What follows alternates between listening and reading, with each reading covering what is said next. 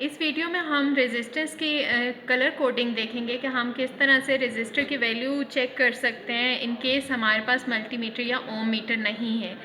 तो अगर हमारे पास ओम मीटर ना हो तो हम कलर कोडिंग की टेक्निक यूज़ करते हुए रेजिस्टर की वैल्यू चेक करते हैं। उसमें ये टेबल है हमारे पास जहाँ पर डिफरेंट कलर्स बता के हम बैंड्स के कलर्स बता रहे हैं, और उसके अगेंस्ट अगर डिजिट है तो हम नंबर देखेंगे, अगर मल्टीप्लायर है तो हम ये कॉलम देखेंगे। और हमारे पास जो फोर्थ बैंड होता है, हम इस लैब में 4 बैंड रेजिस्टर्स डिस्कस करते हैं, तो फोर्थ बैंड पे हम टॉलरेंस देखते हैं, उसके लिए हम ये कॉलम देखेंगे।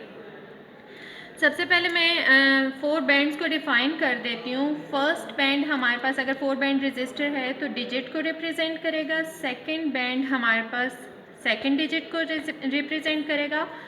थर्ड बैंड हमारे पास मल्टीप्लायर को, और फोर्थ बैंड हमारे पास टॉलरेंस को रिप्रेजेंट करता है।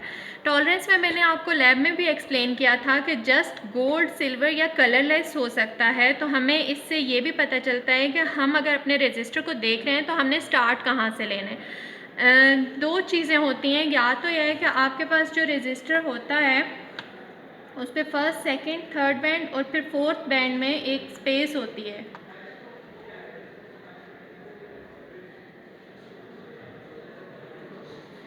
अगर ये स्पेस नहीं है फोर्थ बैंड में तो फिर आपको कैसे पता चलेगा कि आपने कहाँ से स्टार्ट लेना है। तो उस केस में आप कलर को देखेंगे। अगर गोल्ड, सिल्वर या कलरलेस है तो दैट मीन्स वो आपका फोर्थ बैंड है और आप दूसरे कलर से स्टार्ट लेंगे। मैं यहाँ पर फर्स्ट रजिस्टर लेके आई हूँ, तो यहाँ मेरे पास अगर आप कलर्स नोट करें, ब्राउन, ब्लैक, ब्राउन और गोल्ड है।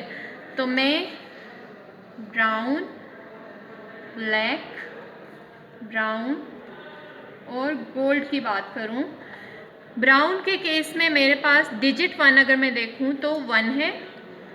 ब्लैक के लिए डिजिट 2 मेरे पास 0 हो जाएगा।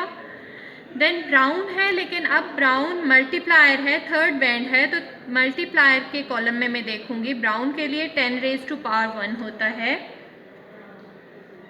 और गोल्ड है तो दैट मीन्स 5% टॉलरेंस होगी। ये पॉजिटिव नेगेटिव दोनों हो सकती है, यानी कि ये वैल्यू, इस रजिस्टर की वैल्यू अगर हम मल्टीमीटर से चेक करें तो वो 5% इंक्रीज़ भी कर सकती है और कम भी हो सकती है। तो इसको अगर मैं सॉल्व करूं तो 1, 0 और 10 रेज़ टू पावर 1 10 होता है। 10 को अगर मैं 10 से मल्टीप्लाई करूंगी तो 100 ओम बनता है, यानी ये फर्स्ट रजिस्टर मेरे पास 100 ओम का रजिस्टर था। अब अगर मैं सेकेंड रजिस्टर को देखूँ तो मैं अगेन गोल्ड को इस साइड पे रखती हूँ। ये मेरे पास फर्स्ट बैंड है, ब्राउन, ग्रीन, ब्राउन, गोल्ड। तो ब्राउन, ग्रीन, ब्राउन और गोल्ड। ब्राउन अगेन डिजिट 1 मेरे पास 1 हो जाएगा। ग्रीन मेरे पास डिजिट 2 है तो वो 5 है, 5। ब्राउन है तो again multiply 10 raise to power 1 हो जाएगा। और गोल्ड प्लस माइनस 5% मेरे पास टॉलरेंस आ जाएगी। तो अगर मैं इसकी वैल्यू देखूं तो 15 इंटू 10 प्लस माइनस 5%, तो ये 150 ओम का रजिस्टर है जिसकी टॉलरेंस मेरे पास प्लस माइनस 5% आएगी। देन मैं थर्ड रजिस्टर को देख लेती हूँ। यहाँ पर मेरे पास ब्राउन, ब्लैक, रेड और गोल्ड है। तो brown, black, red and gold. Brown digit 1 मेरे पास 1 हो जाएगा, ब्लैक डिजिट 2 है वो 0 हो जाएगा, रेड के लिए मल्टीप्लायर 10 रेज़ टू पावर 2 हो जाता है, और गोल्ड की प्लस माइनस 5% टॉलरेंस हो जाएगी। तो मैं 10 इंटू 10 रेज़ टू पावर 2 है तो दैट मीन्स 100 प्लस माइनस 5%। तो 10 इंटू 100 ये 1000 हो जाएगा, यानी मेरे पास 1000 ओम का रजिस्टर है जिसकी वैल्यू प्लस माइनस 5% वेरी कर सकती है, उसकी टॉलरेंस प्लस माइनस 5% है। यही चीज़ अगर मैं वेरीफाई करूं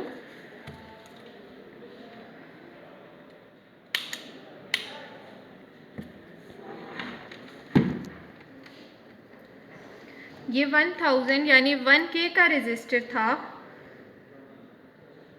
जो हमने कलर कोडिंग की है, इसको अगर मैं वेरीफाई करती हूँ तो ये मेरे पास 981 ओम आ रहा है। तो ये 1K का रेजिस्टर ही बनता है। ये 981 बेसिकली इसके 5% में हमारे पास टॉलरेंस में आ रहा है। 5% हमारे पास अगर मैं देखना चाहूँ 1000 इंटू 0.05 जो मेरे पास बनेगा 50 ओम।